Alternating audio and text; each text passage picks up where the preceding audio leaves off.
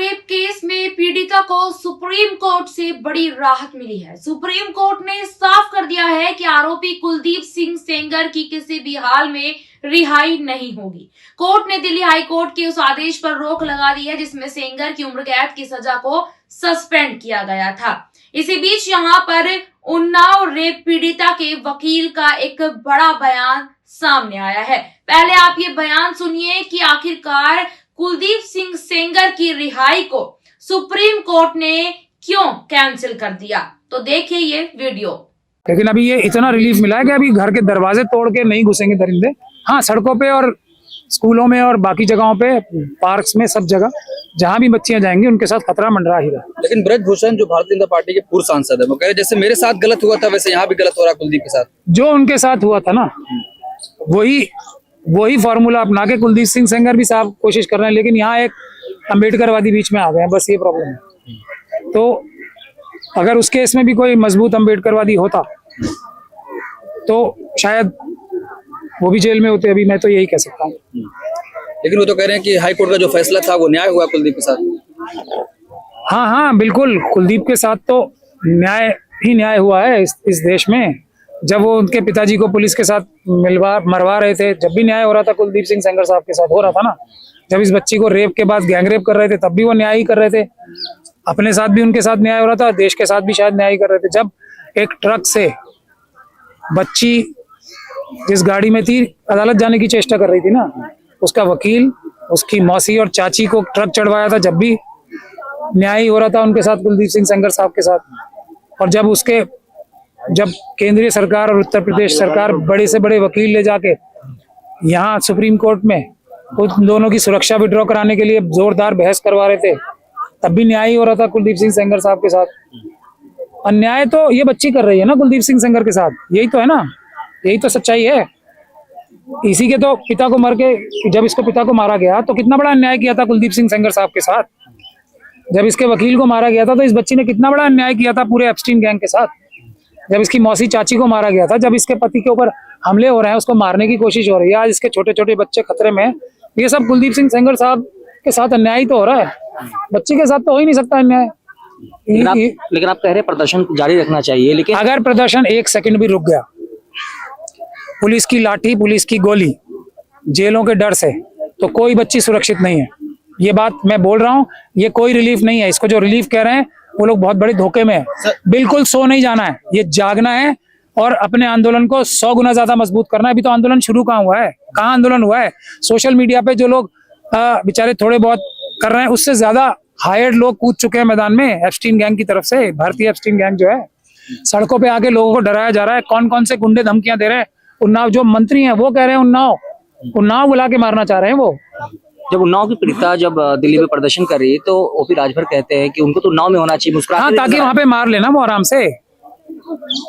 बच्ची मर नहीं रही इनके हाथों से, ट्रक चढ़ाने के बाद भी मर नहीं रही। यही तो अन्याय हो रहा है कुलदीप सिंह साहब के साथ। इसके बच्चे मर नहीं रहे, इतनी कोशिश कर रहे हैं। इसका पति नहीं मरा, अभी हमला हुआ है जान से मारने का। ये अन्याय बच्ची कर रही है ना कुलदीप सिंह सेंगर साहब के साथ और उनके पूरे गैंग के साथ, एप्स्टीन गैंग जो है भारतीय। ये अन्याय कैसे नहीं करेगी बच्ची? क्यों खत्म करना चाह रहे हो? मैं यही तो कह रहा हूँ, यही तो बेचारी अन्याय कर रही है। और क्या अन्याय किया उसने, बताओ मुझे आप।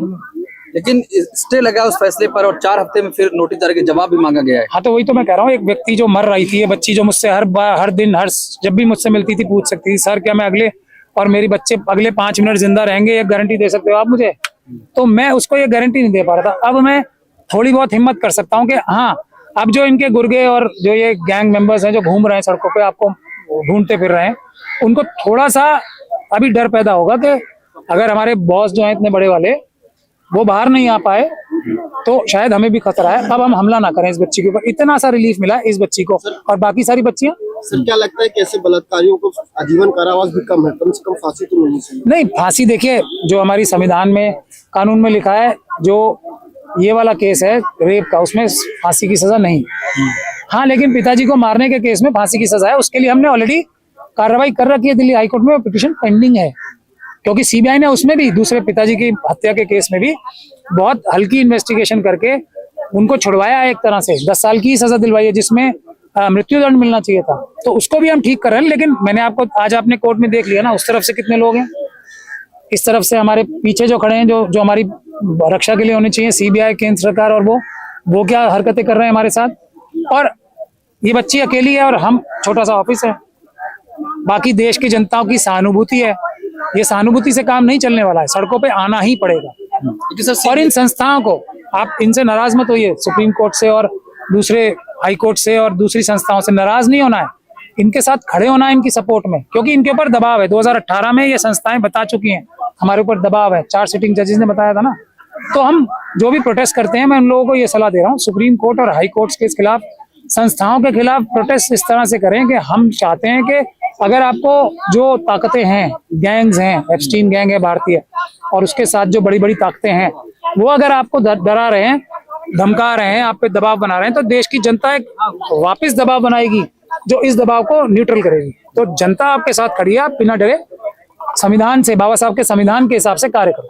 सर, सीबीआई खुद सुप्रीम कोर्ट पहुंची, तो क्या आपको लगता है केस सही बनेगा या गड़बड़ा जाएगा? नहीं, जो सुप्रीम कोर्ट में सीबीआई गई है, उस एसएलपी को आप लोग देख लेना, और हमारी जो एसएलपी आएगी उसको देख ले, जल्दी हम फाइल करेंगे, उसको कंपेयर कर लेना, आपके सामने सब सच्चाई खुल जाएगी। क्या खुले, कुछ तो बताइए। एक ही पॉइंट उठाया ना उन्होंने बस, इसके अलावा भी तो 10 पॉइंट और मजबूत हैं, वो उठाए जाएंगे। और वो हमने अपने ऐसा नहीं है सीबीआई को पता ही नहीं था, हमें ज्यादा बुद्धि आ रही है, ऐसा भी नहीं था।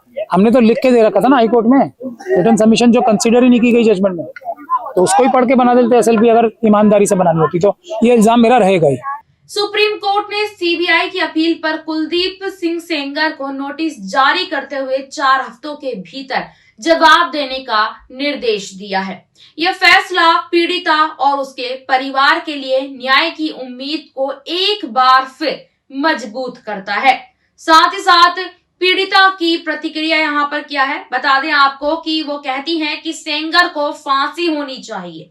सुप्रीम कोर्ट के फैसले पर प्रतिक्रिया देते हुए यहाँ पर पीड़िता ने कहा कि उनकी लड़ाई अभी खत्म बिल्कुल भी नहीं हुई है। पीड़िता कहती है कि हम चाहते हैं कि कुलदीप सिंह सेंगर को फांसी की सजा मिले। यह लड़ाई सिर्फ मेरे लिए नहीं बल्कि देश की हर बेटी के लिए है। इसके साथ ही पीड़िता की बहन का क्या कुछ कहना है ये भी हम आपको बताने जा रहे हैं। पीड़िता की बहन ने भावुक होते हुए कहा कि जब उन्हें पता चला था कि आरोपी को बेल मिल गई है, तभी से परिवार डर में जी रहा है। उन्होंने आरोप लगाया कि उनके पिता की हत्या में शामिल लोग आज भी खुलेआम घूम रहे हैं और केस वापस लेने की धमकियां दे रहे हैं। इसके बाद उनकी बहन कहती हैं कि हमें डर था कि कहीं पूरा परिवार खत्म ना कर दिया जाए, लेकिन सुप्रीम कोर्ट ने बेल पर रोक लगाकर हमें राहत दी है। हमें कोर्ट पर पूरा भरोसा है कि हमें न्याय मिलेगा। उन्होंने बताया कि उनकी मां बीमार है और परिवार की हालत बेहद ही खराब है, लेकिन वे किसी भी कीमत पर पीछे जो हैं बिल्कुल नहीं हटेंगी। सीबीआई की दलील को लेकर अगर यहाँ बात की जाए तो सुप्रीम कोर्ट में तुषार मेहता ने सीबीआई की ओर से दलील पेश करते हुए कहा कि हाई कोर्ट ने गंभीर गलती की है। उन्होंने कहा कि पोक्सो कानून के तहत यदि अपराध किसी पब्लिक सर्वेंट द्वारा किया जाता है तो सजा और अधिक कठोर हो जाती है। तुषार मेहता ने यहाँ पर बताया कि घटना के समय कुलदीप सिंह सेंगर विधायक था, इसीलिए उसे सरकारी कर्मचारी माना जाना चाहिए। ट्रायल कोर्ट ने सेंगर को बियॉन्ड रीजनेबल डाउट दोषी ठहराया था और सीबीआई ने सुप्रीम कोर्ट से हाई कोर्ट के फैसले को रद्द करने की मांग जो है यहाँ पर की थी। तो इस पूरी रिपोर्ट पर आपकी क्या राय है हमें कमेंट सेक्शन में जरूर बताइएगा। उन्नाव केस को लेकर आप अपने नजरिए से कैसे देखते हैं? क्या कुलदीप सिंह सेंगर को सच में फांसी होनी चाहिए? तो कमेंट में जरूर बताइएगा। धन्यवाद।